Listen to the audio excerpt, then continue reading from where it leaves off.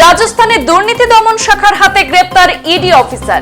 এক মামলার বিনিময়ে অভিযোগকারীর কাছ থেকে 15 লক্ষ টাকা উৎকোচ নেওয়ার সময় গ্রেপ্তার করা হয় সন্দেহভাজন এই ইডি অফিসারকে। গ্রেপ্তার ইডি অফিসার মণিপুরের বলে জানা গেছে। 20 অক্টোবর এক ব্যবসায়ীর অভিযোগের ভিত্তিতে আজ সফলতা পায় দুর্নীতি দমন শাখার কর্মীরা। ইডি অফিসার গ্রেপ্তারের ঘটনায় চাঞ্চল্য দেখা দিয়েছে দেশ জুড়ে। देखिए, एसीबी राजस्थान ने आज कार्रवाई करते हुए प्रवर्तन निदेशालय के एक इन्फोर्समेंट ऑफिसर को रंगे हाथों गिरफ्तार किया है।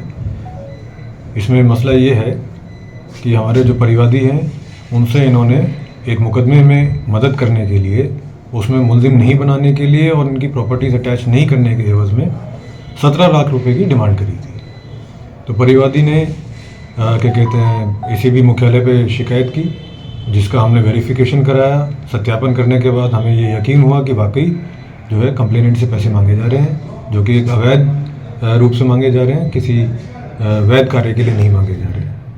तो उसको वेरीफाई करने के उपरांत सत्यापन करने के बाद हमने ट्रैप ले किया और ट्रैप के दौरान आज क्या कहते हैं 15 लाख रुपए की राशि डिलीवर करते समय हमने सस्पेक्ट ऑफिसर के जो सहयोगी है उनको रंगे हाथों गिरफ्तार किया और सस्पेक्ट ऑफिसर को भी अरेस्ट कर लिया। सर, कहाँ से अरेस्ट किया इनको? जो ये डिलीवरी हुई थी ये नीमराना में हुई है।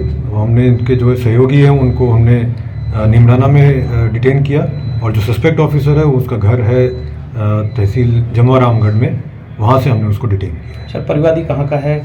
परिवादी हरियाणा के हैं और इनका दिल्ली, गुड़गांव, मानेसर, हरियाणा में कई जगह पे बिजनेस है। तो ये है मूलतः शायद हरियाणा की। सर, और कार्रवाई में कौन कौन संदिग्ध हैं, कुछ जानकारी? संदिग्धों के बारे में मैं अभी आपको ज़्यादा जानकारी नहीं दे पाऊंगा। अभी जो हमारे सामने तथ्य हैं वो मैं आपके सामने पेश करूँगा। तो ईडी जो ऑफिसर है ये इम्फाल मणिपुर के हैं जी, वहाँ पर ये जो ईडी के जो ऑफिसर हैं, ये जो सब जोन है मणिपुर में, इम्फाल में प्रवर्तन निदेशालय का जी, उसके ऑफिसर हैं, उसका एनफोर्समेंट ऑफिसर है। जो इस मुकदमे में ये इनकी डिमांड करी थी वो मुकदमा भी इम्फाल में दर्ज है और उस मुकदमे में सिविल पुलिस ने भी जो मुख्य आरोपी है उनको अरेस्ट किया था। उसी के संबंध में इन्होंने पीएमएलए के तहत तफ्तीश करते समय हमारे जो परिवादी हैं उनको कनेक्ट किया, उनसे टच किया, उनको इंटिमिडेट किया, थ्रेटन किया और पैसे की डिमांड की। नीमराना में कोई प्रॉपर्टी है उनकी? चिट फंड कंपनी का कोई ऐसा मामला बताया नहीं, जा रहा ऐसी अभी तक प्रारंभिक तफ्तीश में सामने नहीं है। है? तो सब रजिस्ट्रार का बाबू मुंडावर का वो किस तरह इन्वॉल्व हुआ?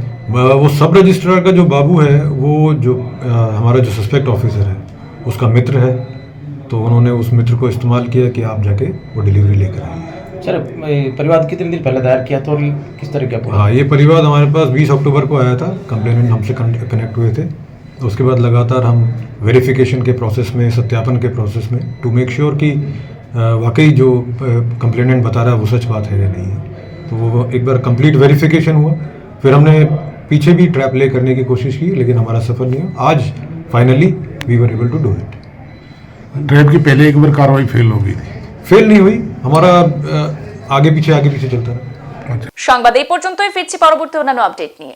ধন্যবাদ।